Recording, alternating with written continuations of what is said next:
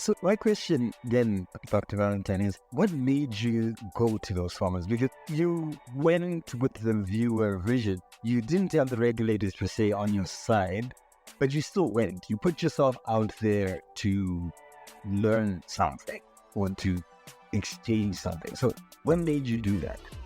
Welcome to Shameless. Here we explore the transformative power of courage and action. Thank you for joining us today. If you've enjoyed our conversations and you want to have more insightful discussions and hear from other incredible guests, don't forget to hit that like button and subscribe to our channel. Your support helps us to grow and continue bringing this amazing content. Thanks for joining in and enjoy today's episode of Shameless Podcast.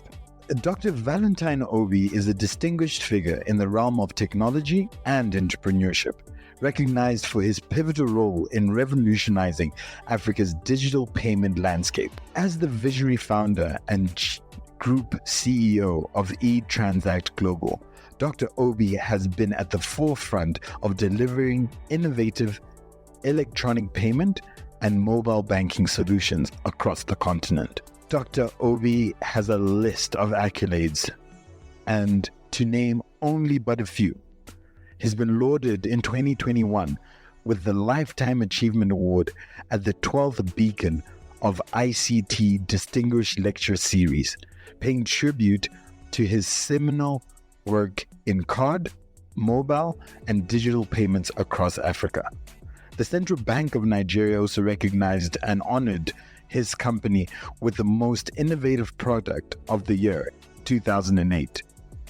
Additionally, he's been a recipient of multiple other awards, such as Best Mobile Payment Initiative in South Africa in 2012 and the Best Mobile Payment Solution of the Year by Lead Africa in 2014. The advent of the African Continental Free Trade Agreement, Dr. Obi's insights have become even more crucial. His appointment to the Advisory Council of the African Trade Gateway aligns with the innovative mission to foster inter-Africa trade, underpinned by digital innovation. With the advent of the African Continental Free Trade Agreement, Dr. Obi's insight has become even more crucial.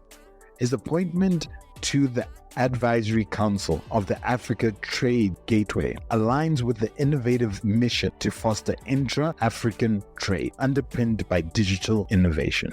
I was thinking just the other day, fintech. What does fintech mean? What does it mean for doing business in Africa? Who's in this space? And how can it make my life easier? So today, we managed to get Dr. Valentine Obi. Doctor, thank you for joining us today. Thank you very much. I have gotten an understanding that you are would it be fair to say, an entrepreneur with a passion for fintech? And if you don't mind me asking, sort of, how did you end up getting to that space?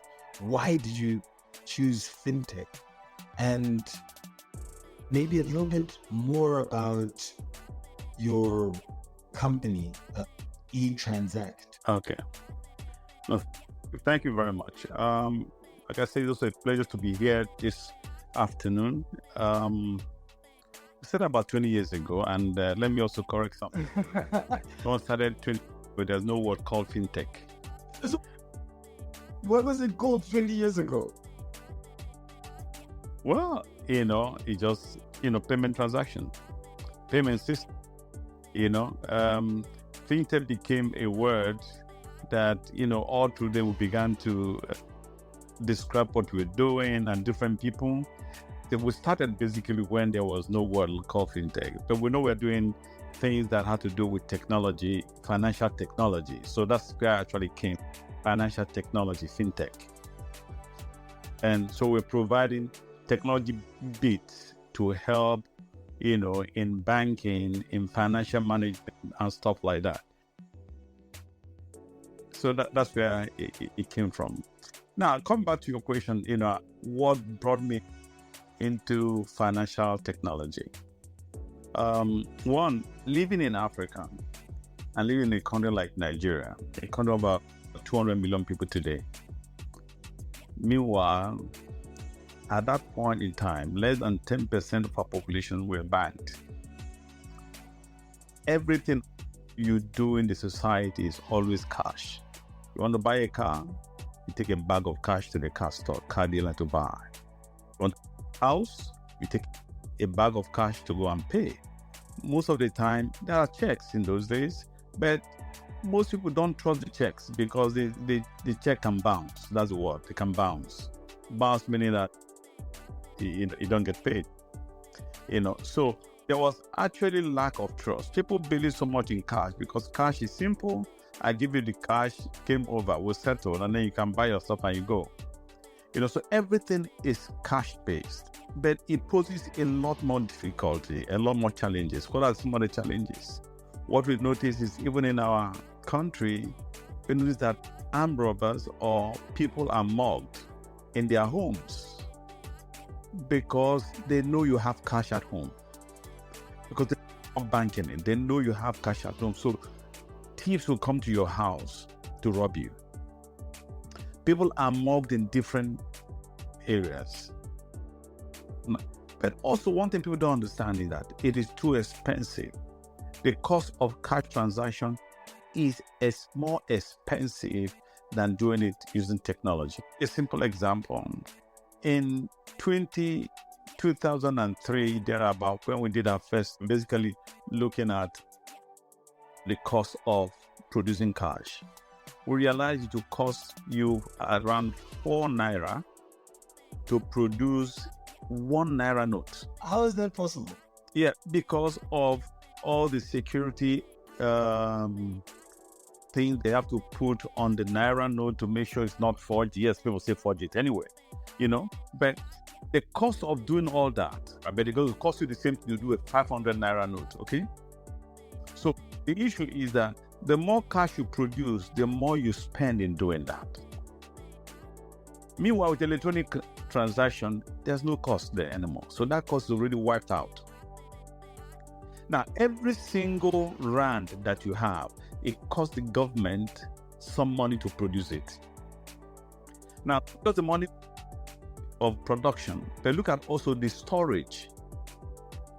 Look at also the logistics of moving the money around. People don't understand that these are costs that is already embedded in cash that people don't know. Now, take a simple example. You want to transfer money to somebody, you are living in Johannesburg, and you want to give somebody cash in Cape Town. Cash, how do you do that? It means you're going to have to travel to Cape Town to do it. We're not even from Johannesburg. Let's say you are in Sandton and you're giving some money to somebody in Rosebank. You have to move from Sandton to Rosebank to Cape. What is the cost of doing that? You don't think about it. They say, I just go and give him money. But there's a cost already involved in just moving from there. Let's even look at the transportation cost. That is one. And then look at the time cost. Also, that's another one. Unfortunately, in Africa, people don't look at time as money. So these are costs that are already embedded with every cash transaction. And that is what you save. When you look at the cost and look at the cost of things, using fintech solution to make your payment. And so just on that point, because I don't remember the last time I used a check. And the inconvenience of that, writing on paper, is so outdated. But when I now look and start using mobile money or somebody's World Remit or any of these technologies that we're using for fintech, for transacting and moving money around, how did you see that opportunity within the market before fintech was a word? How did you go, you know what, I'm going to invest so much time because I believe there's growth and an opportunity here? Yeah. Well, so when we realize it, and because already I was in technology, we're designing, I would say, look, this really is not the way to go. We need to find a better way to do this. In Europe and America, they're using cards, even though they have challenges. But we need to find a better way to do what we're doing in a way that it will resemble cash transaction. because cash transaction is I give it to you, give it immediately, and it's done. So if we're developing a solution, it must be a solution that resembles that instant settlement. That was key from beginning. So we're not trying to do what they did in Europe, whereby I pick a credit card and I wait for 3 days or so before the money hits my account. No. Most Nigerians, most Africans who want that, they believe in that. They want the money in real time. They want the money right in their bank account and say, I paid you, and say, yes, we're done. And that is. So from beginning, we designed the system, make sure that when I make a payment, it's instant. It's instantaneous. So from 2003, we have been doing instant payment from bank to, all over instantly. Even from, and that's what most of the network now latched on. PayPal, WorldRemit, Western Union, all plugged on now to eTransact to be able to do the same thing. Hold on. So you're saying to me that eTransact is at the background of PayPal, WorldRemit, in order to do that last mile of the transaction? Oh, yes. So we carry a lot of their traffic, in the different countries where we operate. We're carrying their traffic to finish up the last mile to every single bank account in the country because we created the switch that made that possible. So for me was one, we need to have a secure, cost-effective, and convenient way to make transaction happen. And that's exactly what we did. We need to make it secure. It has to be convenient. I don't need to move from anywhere. I can stay wherever I am and do it. And it has to be cost-effective. Those are 3 main pillars when we are starting eTransact. And we're glad it happened. Now, we also designed the first Nigerian stock exchange platform. And what we noticed was, okay, now we are building a solution for the Nigerian Stock Exchange. How do people buy stocks? They're going to be moving cash. And also this helped us, to begin to say, now, with this, we can actually get these people to pay directly online without having to move. So these are some of the things that was happening. We're thinking through, we looked at it, we know that, this is a solution that we need. This is a solution that indeed will affect the people, will reduce costs, will bring some level of safety, with our people if they embrace it properly. Because when the bad boys know that you don't have cash at home, they won't visit your home anymore. You go somewhere else. And I'll say this, and this also was very instrumental for us because so many years after, about I think 2006 or 2007, I was invited by the USAID to the northern part of the country in Kano to speak to some illiterate farmers. Now, we use the word illiterate because they didn't go to your universities or school, but those guys understand a lot of things more than me and you. They understand this more than we do. Now, I came and I saw about these 50 old farmers, and then and I just gave them my spiel about how you can pay with your mobile, and you finish your speak, you don't want to go, and that is, you've done it, and there you go. I finished. An old man, about 70 years old, with his long, this long Nigerian dress called Babariga. Just a young man, hold on, I stood.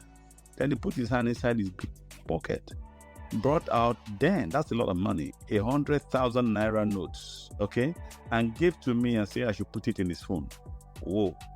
Now, that's not what I was expecting at all. I didn't understand. So I was taken aback, and I said, you know what this man said? He said that what you just told us about today, that if it's true, then you have saved a lot of lives. I said, how? I say that they actually came to Kano, but they're actually from Sokoto. And they have to come all the way from Sokoto to come to Kano, Dawana market, to buy seedlings. And they have to carry cash all the way from Sokoto by road to come. And he said something. He said, many of them has been killed, some maimed, because the thieves, they know that these people are coming and they will wally them on the main road to do that. So you say, young man, so what you're saying that it means that we don't need to carry cash? We can leave the cash in Sokoto and then we come to Dawanau Market in Kano and then we can pay that. I said, yes. You won't believe it. The so-called illiterate guys, that was the first time we started the first agency banking. That same day, we set it up. A pharmacist became the agent. UBA Bank became the main bank. And then we can say, leave your money in UBA in Sokoto. Just come over here with your phone and they can make the payment. So those are the things that when I look at it today, it encouraged us to say, look, this is the way to go.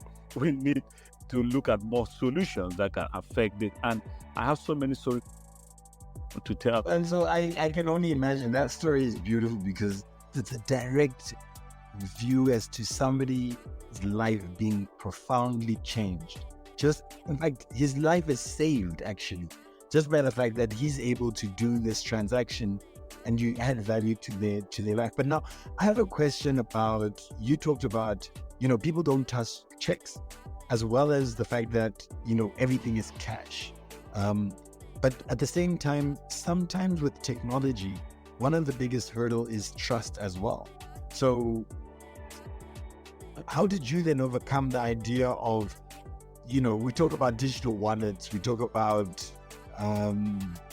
lots of innovative ways of moving money.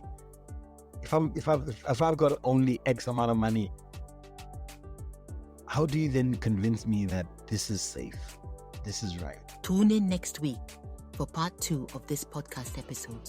Don't forget to like, subscribe, and share as we embark on our mission to impact 1 million African lives by 2026. This podcast is brought to you by Transformation Leader. You can follow us at www.t4leader.com.